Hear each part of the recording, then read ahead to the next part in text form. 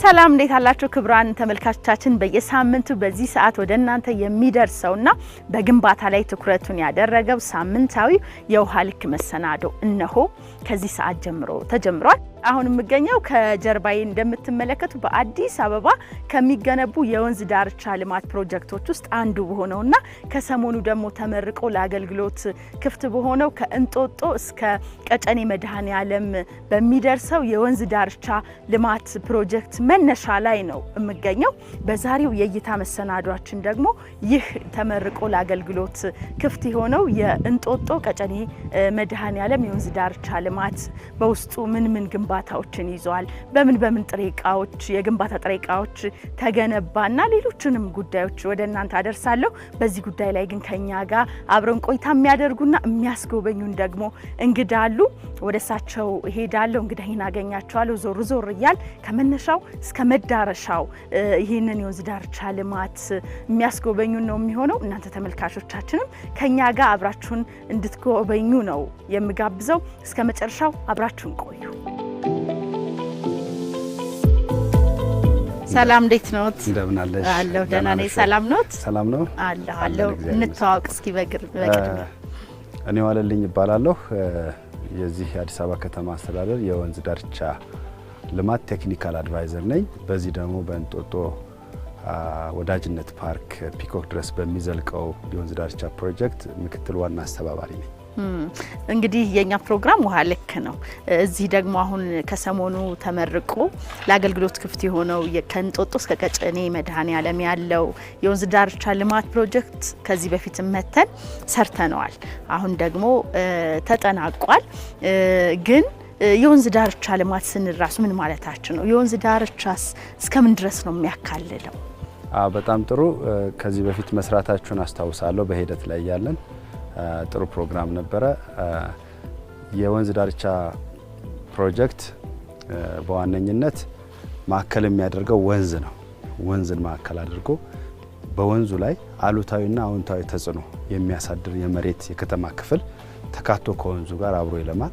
ወንዙ ቢለማ ደግሞ አዎንታዊው ተጽዕኖ የሚደርስበት የፕላኒንግ ኤሪያው እንደዚሁ የወንዙ ዳርቻው አካል ሆኖ በአጠቃላይ ከተማ ልማት ነው የሚሆነው ማለት ነው። ግን በዋነኝነት ወንዙ ተበክሎ ከሆነ ለአደጋ ተጋልጦ ከሆነ የወንዙ ዳርቻዎችም እንደዚሁ አላግባብ ከጥቅም ውጭ ሆኖ ከሆነ እሱን ሪሃብሊቴት በማድረግ በመጠገን ወንዙን ወደ ተፈጥሯዊ ማንነቱ በሂደት በመመለስ ያ አካባቢ የከተማን ልማት የሚስብ የተለያዩ ኢኮኖሚያዊና ማህበራዊ እንቅስቃሴዎች የሚደረጉበት አካባቢ እንዲሆን ማስቻል ዋነኛ ዓላማው ነው ማለት ነው። ከጀርባዬ ደግሞ እንደምንመለከተው የውበት መነሻ ይላል ድልድዩ ያለበት አካባቢ። ይሄ የእንጦጦ ፓርክ የወንዙ መነሻ ነው ወይስ ምን ለመግለጽ ነው? አዎ እውነት ለመናገር ይሄኛው ቦታ የፕሮጀክቱ መነሻ አይደለም።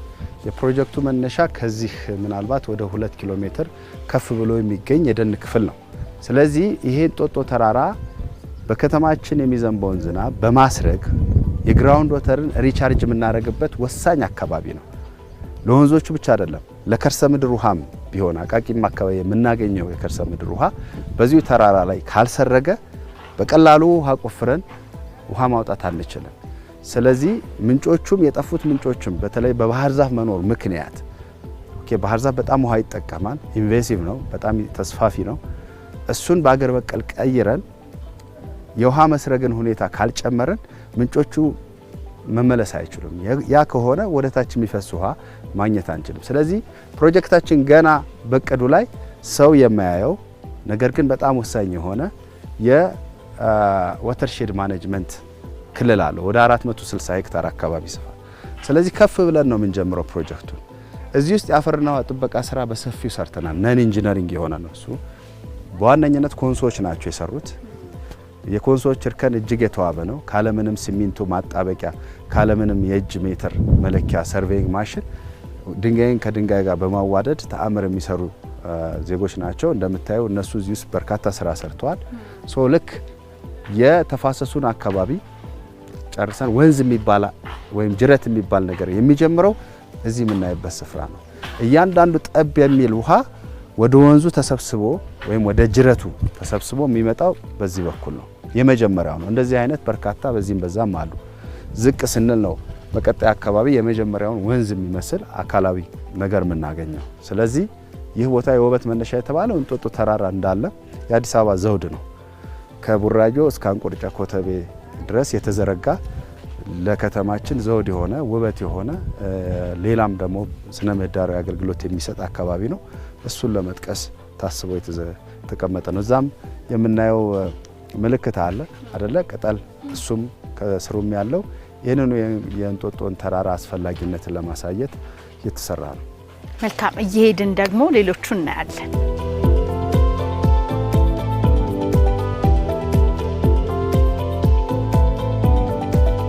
በጎን በኩልም ይታየኛል የፍሩት ፓርክ።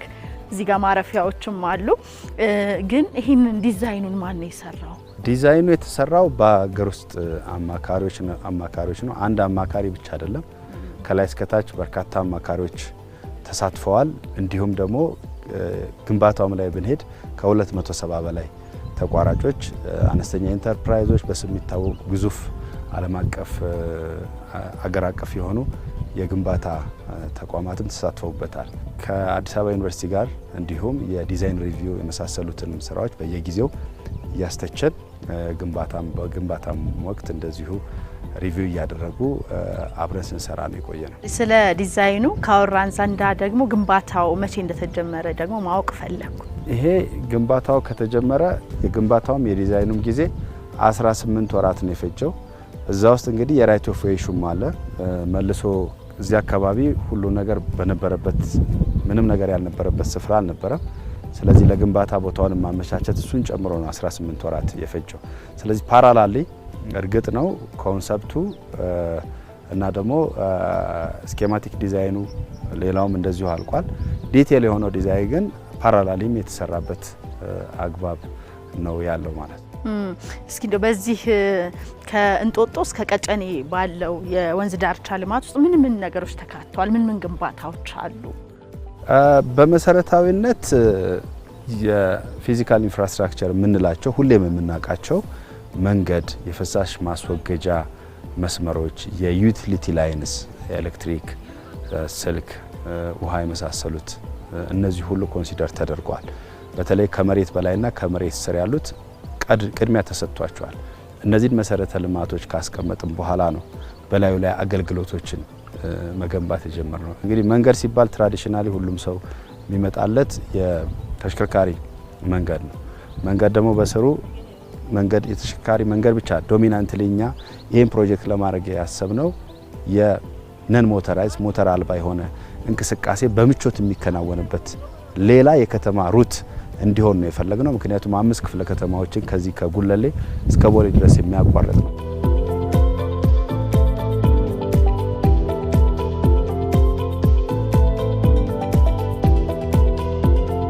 ሌላው ለወንዙ ብክለት እንደ ዋነኛ መነሻ የሚቆጠረው የመሰረተ ልማት አቅርቦት ማነስ ነው። በተለይ ደግሞ የፍሳሽ ማስወገጃ መስመር። ስለዚህ በጣም ሰፋፊ የሆኑ የፍሳሽ መቀበያና ወደ ትሪትመንት ፕላንት መውሰጃ የፍሳሽ ማስወገጃ ኔትወርክ ተገንብቷል።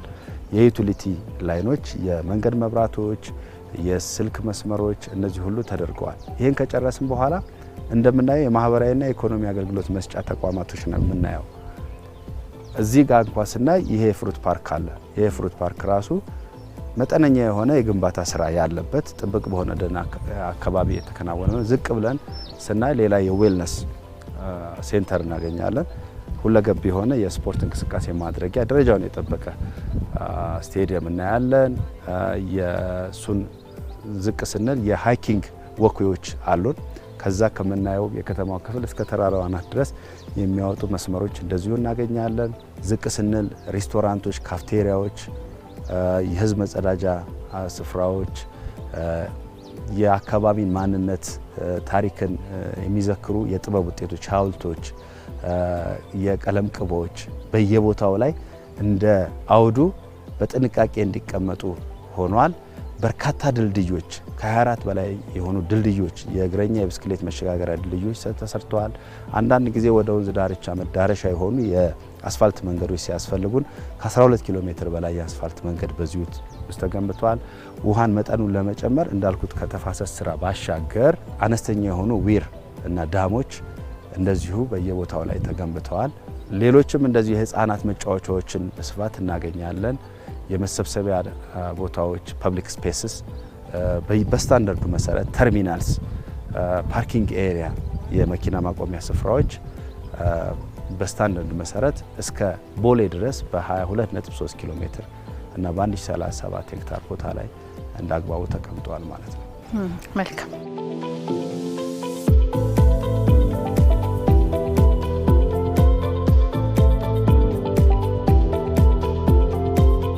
በዚህ ፕሮጀክት ውስጥ ካሉ የመዝናኛ ስፍራዎች ውስጥ አንዱ በሆነው በስቴዲየም ውስጥ ነው የምንገኘውና ይሄ ስቴዲየም እንዴት ተገነባ ደግሞ የሚለው እናንሳ። አዎ ይሄ ስቴዲየም አነስተኛ የሆነ የሰፈር ሜዳ የነበረበት ጨፌ ሜዳ ይባል የነበረበት ስፍራ ነው። እንደምናየው ከወንዙ ዳርቻ በጣም ቅርብ አካባቢ ነው የሚገኘው። ብዙ ሰዎች ደግሞ ወደዚህ አካባቢ የስፖርት መጫወቻ ስፍራ የላቸውም። በጣም የተጨናነቀ ዙሪያውም የማያምር ሜዳ ነበረ። ስለዚህ ያ ፍላጎት ይህም ፕሮጀክት በዚህ ደረጃ እንድንሰራው ከመነሻው ፕላናችን ላይ እንድናካትት ምክንያት ሆነ። እንግዲህ ከ2600 ሜትር በላይ ከመሬት ከባህር ጠለል በላይ ነው የሚገኘው። ይህ ስፍራ ከፍ ያለ ቦታ ነው። እንጦጦ እንደምናውቀው እንጦጦ ላይ ያሮጠ ያለፋ ያልደከመ አትሌት የለም። እዚህ ቦታ ላይ እንደዚህ አይነት ልምምድ ለማድረግ ደግሞ የሚያስችል እንደዚሁ ትራክ እዛ አካባቢ እንዲኖር ሆኗል ማለት ነው። እጅግ ውብ ነው። በእግር ከታች ጀምሮ በሃይኪንጉ መጥቶ ስፖርት ሰርቶ እንደገና ወደ ከተማ መመለስ የሚቻልበት እንዲቻል ሆኖ የተገነባ ግዙፍ ፕሮጀክት ነው።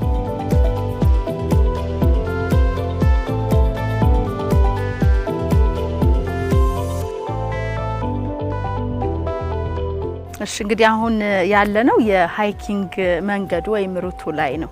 እዚህ ምን ምን ነገሮች አሉ?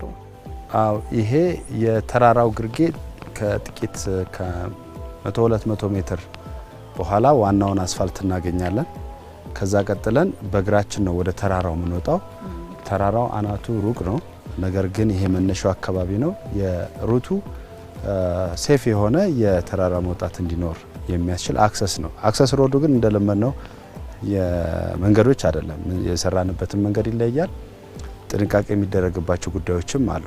የመጀመሪያው ይሄ ጥብቅ ደን በመሆኑ የዘነበው ዝናብ በቀላሉ ሊሰርግ የሚችልበት መንገድ ማግኘት ሁሌም አስፈላጊ ነው፣ ቅድም ጠቅስ እንደነበረው። ስለዚህ ሞጁላር የሆኑ ኮንክሪቶች ናቸው ያስቀመጥነው። በየማዕከሎቻቸው አፈርና ሳር አለ። ስለዚህ የዘነበው ዝናብ በፍጥነት ረኖፍ ወይም ጎርፍ ሆኖ አይሄድም፣ እዚሁ ይዘው ያሰርጋሉ ማለት ነው። ሌላኛው የተጓዡ ምቾት ነው። እያንዳንዱ ሞጁላር እንደምታዩ በወጥ በሆነ ቅርጽ ነው የተቀመጠው። ስለዚህ ወክ ለማድረግም ምቹ ናቸው። አንዱ ይሄ ነው። ሁለተኛው ካንዱ የወንዝ ዳርቻ ወደ ሌላው የወንዝ ዳርቻ መሸጋገር ቢፈልጉ እነዚህ ድልድዮች ተሰርተዋል። ድልድዮቹ ተደራራቢ ጥቅም ያላቸው ናቸው። ቼክ ዳም ናቸው። ውሃና ሲልትን ለማስቀረጥ ውሃን ለመያዝ ደለል ለመያዝ የተቀመጡ ናቸው። ግን እግረ መንገዳቸውን ካንዱ ወደ አንዱ ሰው መሸጋገር ቢፈልግ እንዲሸጋገር ያስችላሉ ማለት ነው። ሌላኛው እዚህ ጋር የምናየው እንደ ካምፒንግ ኤሪያ የጥሞና ጊዜ የሚፈልግ ወይ ደግሞ ሀይክ የሚያደርግ ሰው ረፍት ማድረግ ቢፈልግ ከዝናብ ከፀሐይ መከላከል የሚያስችሉ ከላያቸው ግን ላንድስኬፕ የሚመስሉ ከስራቸው ግን እንደዚህ መቀመጫ ማረፊያ ስፍራ ያላቸው ቦታዎች ናቸው። የእረኞች ገሳ አይነት ቅርጽ ያላቸው ናቸው። በግራ በቀኝ እነዚህ አሉ ማለት ነው።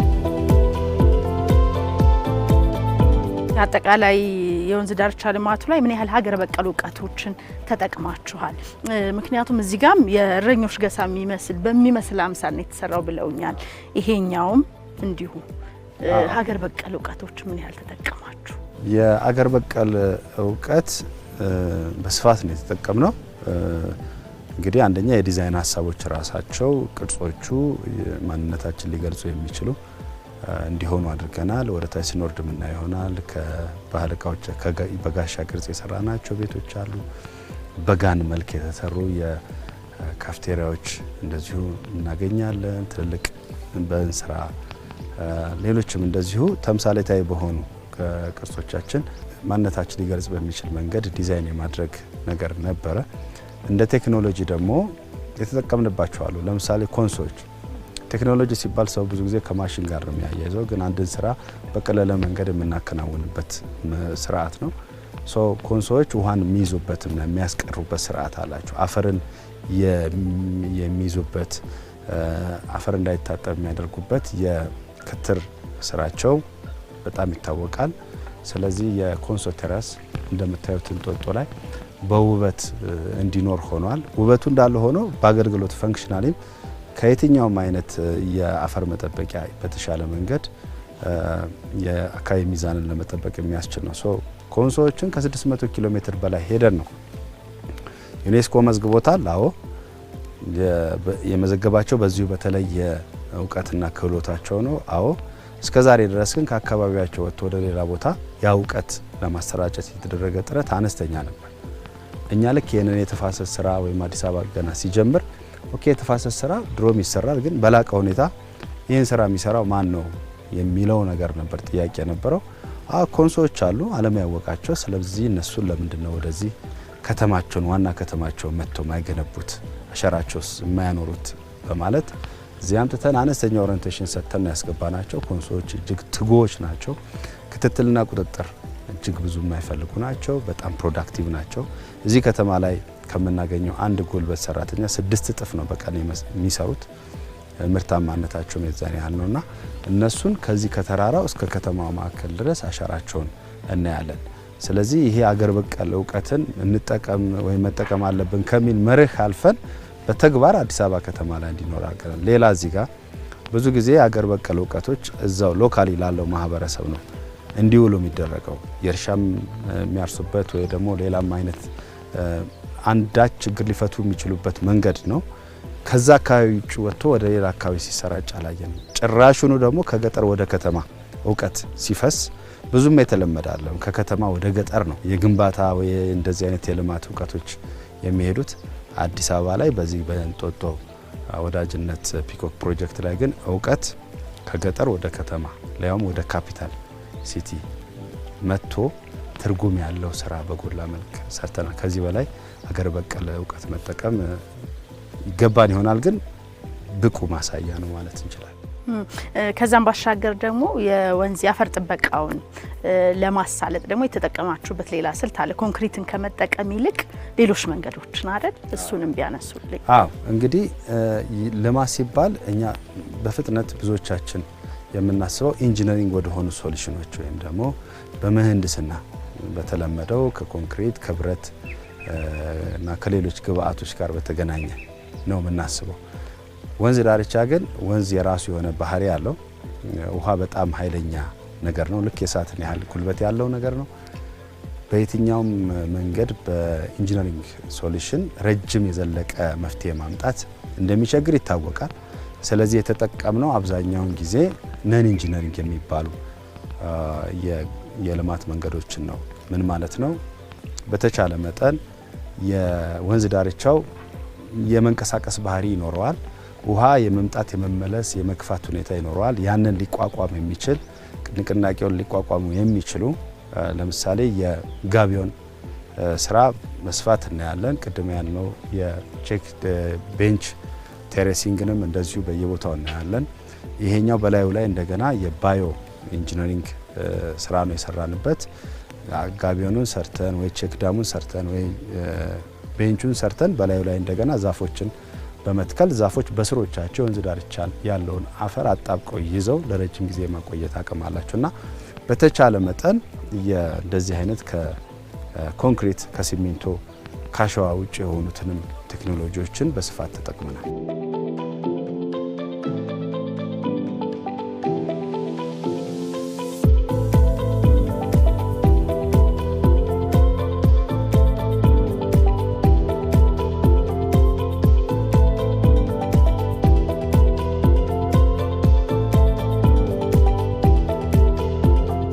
ከጀርባ የምናየው ሐውልት እንደዚህ አይነት ሐውልቶች በጣም በርካታ ናቸው። ታስቦበት የአርት ቲም የጥበብ ቲም በአዲስ አበባ ዩኒቨርሲቲ አለፈለገ የጥበብ ትምህርት ቤት አማካይነት ተደራጅቶ ቫሊዴት እየተደረገ የአካባቢውን ታሪክ ባለውለታዎችን በሚዘክር መጪውን ትውልድ ሊያንጹ በሚችሉበት መንገድ ሆነው በሐውልት መልክ በተለያዩ ቅርጻ ቅርጾች መልክ በቅብ በሪሊፍ አርት በሌሎች ቴክኒኮችም ከላይ እስከታች ታስቦባቸው የተቀመጡ አሉ። ከነዚህ ውስጥ ታዋቂ አርቲስቶች በታች ፒኮክ አካባቢ ጋሽ ማህሙድ እና ጋሽ አሊ ቢራን ማየት እንችላለን። የሎሬት ጸጋዬ ገብረመድህን ሐውልት አለ ወደ 7 ደረጃ አካባቢ። የጋሽ ስብሐት ደግሞ በዛው በሰፈሩ የጽሁፉ መቸት በነበረው ደጃቹቤ አካባቢ እንደዚሁ ተቀምጦ እናገኘዋለን። ይሄኛው ሐውልት ከቦታው ጋር በአውድ የሚጣጣመው ይሄ ተራራ አትሌቶች ከአውሬ ጋር እየተጋፉ በየዕለቱ አገራቸውን ለማስጠራት ላባቸውን የሚያፈሱበት ስፍራ ነው። የኢትዮጵያ ብቻ ሳይሆን ከኢትዮጵያም ውጭም እዚህ መጥተው የሚለማመዱ ያሉበት ስፍራ ነው። ሮጠው ድል ያመጡት ብቻ ሳይሆን የፈለጉት መሻቱ የነበራቸው ለሞከሩትም እንዲሆን ተብሎ በዚሁ በስፍራቸው ላይ የቆመ ሐውልት ነው፣ ለወንዶችም ለሴቶችም። ነገር ግን የአንደኛው አትሌት ከፊት የቆመው ከሱ ጋር ሊነጻጸር ሊወዳደር የሚችልም ስለሌለ ለጥቁር ሕዝቦችም እንደ ተምሳሌት የሚቆጠረው ጀግናው አትሌታችን የሻምበል አበበ ቢቂላ ብቻ ፊት ተለይቶ ይገኛል ማለት ነው። ስለዚህ ይሄ ግንባታ ይሄ ፕሮጀክት እንደው ግንባታን ብቻ ሳይሆን ጥበብንም ያካተተ ነው ልንል እንችላለን። እውነት ነው። ደጋግሜ እንደምንለው የተቀናጀ የወንዝና የወንዝ ዳርቻ የኮሪደር ልማት ነው የሚባለው። የከተማ መልሶ ማልማት እዚህ ውስጥ አለ። የወንዝን መልሶ እንደገና ማሻሻል ሪሃቢሊቴት ማድረግ ከብክለት የመጠበቅ ስራ እዚህ ውስጥ አለው። የመንገድ መሰረተ ልማት በተለይ ደግሞ ለሞተር አልባ የሚሆን ከላይ እስከታች ክፍለ ከተሞችን፣ ሰፈሮችን፣ አካባቢዎችን በቀላሉ ጭስ አልባ የሆነ እንቅስቃሴ ሊያሳልጥ የሚችል የመንገድ አገልግሎት ከላይ እስከታች አለ። የኢኮኖሚ እንቅስቃሴን ስራ ዕድል ሊፈጥሩ የሚችሉ ሬስቶራንቶች፣ ካፍቴሪያዎች፣ ቻርጂንግ ስቴሽኖች፣ የተለያዩ ሙዚየሞች፣ የአገር ባህል እቃ መሸጫዎች፣ የስጦታ እቃ መሸጫዎች፣ ስቴዲየሞች፣ ፕሌግራውንድ መጫወቻ ስፍራዎች በየአይነቱ ነው ያለው።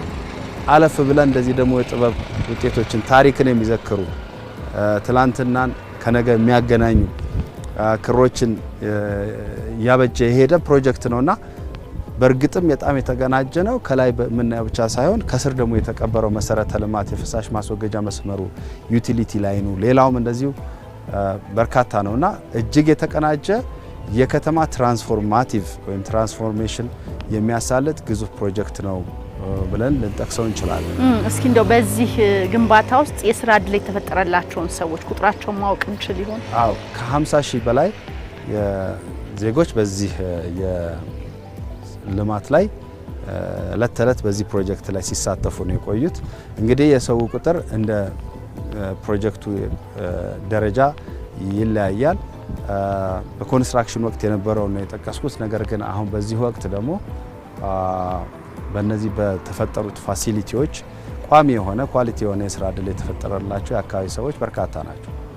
እነዚህ አሁን የምንገኘው ቀጨኔ አካባቢ ነው። ጥበበኞቹ ሰፈር ሸክላን፣ ሸማን አሳምረው የሚያስቡ እዚህ ሽሮ ሜዳ እናውቃለን፣ ሸማ መሸጫዎች የመሳሰሉት በሚያመርቱበት ስፍራ መሸጥ የሚችሉባቸው ፋሲሊቲዎች ናቸው የተገነቡት። እዚሁ ያመርታሉ፣ እዚሁ ይሸጣሉና የስራ ዕድል በግንባታ ጊዜ ከግንባታም በኋላ መፍጠር ያስቻለ ፕሮጀክት ነው። እንደው አንድ ነገር ብቻ ሳይሆን በአንድ ድንጋይ ሁለት ወፍ ብቻ ሳይሆን በርካታ ወፎችን መጣል የቻለ ፕሮጀክት ነው ለማለት እችላለሁ።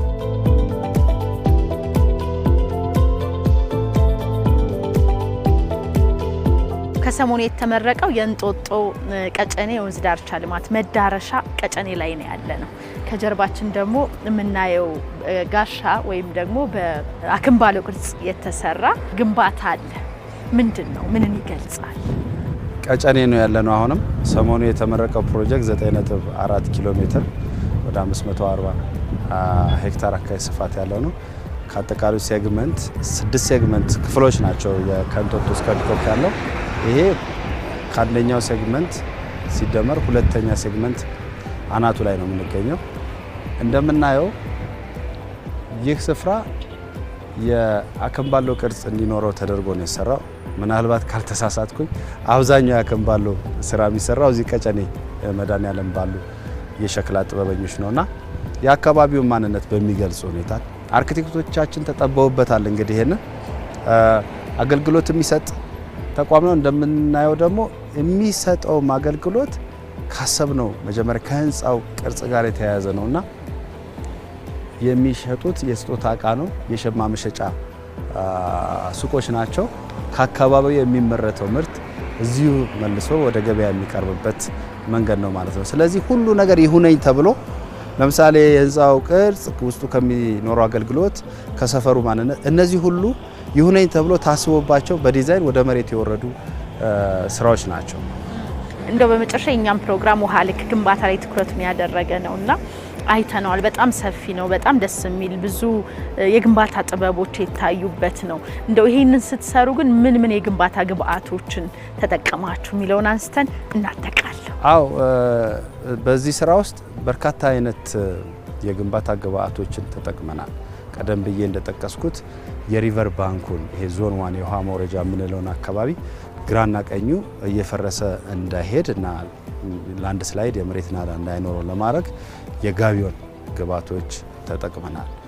እሱ ጋር ሲሚንቶም አልተጠቀምንም፣ ጠጠርም አልተጠቀምንም ማለት ነው።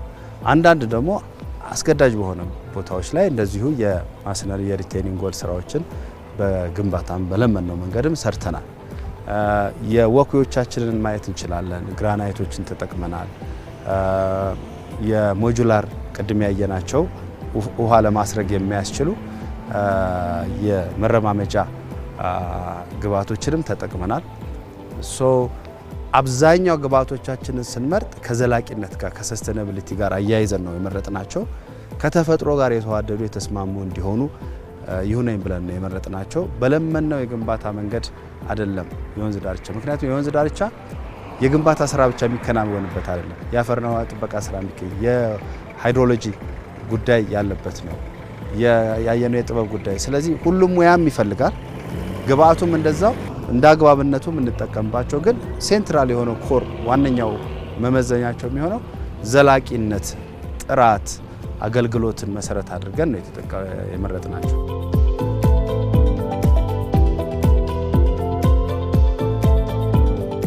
እስኪ በመጨረሻ ያላነሳ ነው ቢነሳ የሚሉት ነገር ካለ?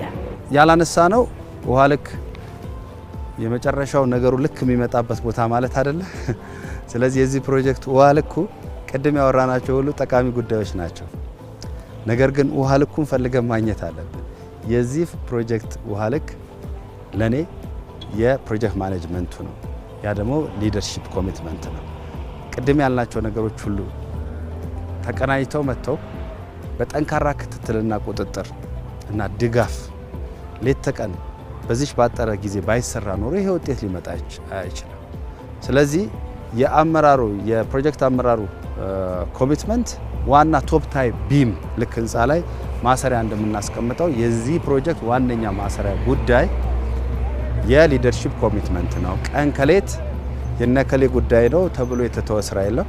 በሁሉም ስራዎች ላይ ኦን ስፖት እየተገኙ ፕሮጀክት ማኔጅመንት ላይ ኦን ስፖት ችግሮችን በመለየት እዛው ላይ መፍትሄ በመስጠት በመወሰን ፕሮጀክቱ እንዲፈጥን ነው የተደረገው። ፕሮጀክቱን ቀን ከሌት በማከናወናችን ነው የተሳካው። ይሄን ደግሞ የመሩ አመራሮች አሉ። እነሱ ዋነኛውን ድርሻ ይወስዳሉ። ስለዚህ የዚህ ፕሮጀክት ውሃ ልክ የዚህ ሁሉ ስኬት ውሃ ልክ የምለው የፕሮጀክት ማኔጅመንቱ ነው ለማለት ነው። መልካም። ዋለልኝ ደሳለኝ የወንዝ ዳርቻ ልማት ፕሮጀክት ቴክኒካል አማካሪ ለሰጡን ሰፊ ማብራሪያ ለሰጡን ጊዜ ከልብ ነው እናመሰግነው። እኔም ፋና ውሃ ልክ አስቀድሞም በሂደት ውስጥ መታችሁ ሰርታችኋል። ሲጠናቀቅ ደግሞ እንደዚሁ ምን ሆነ ብላችሁ እንደገና መታችሁ ለማየት እኔም ደግሞ ይሄንን ሀሳብ ለመስጠት እድል ስለሰጣችሁኝ በጣም አመሰግናለሁ። መልካም ጊዜ።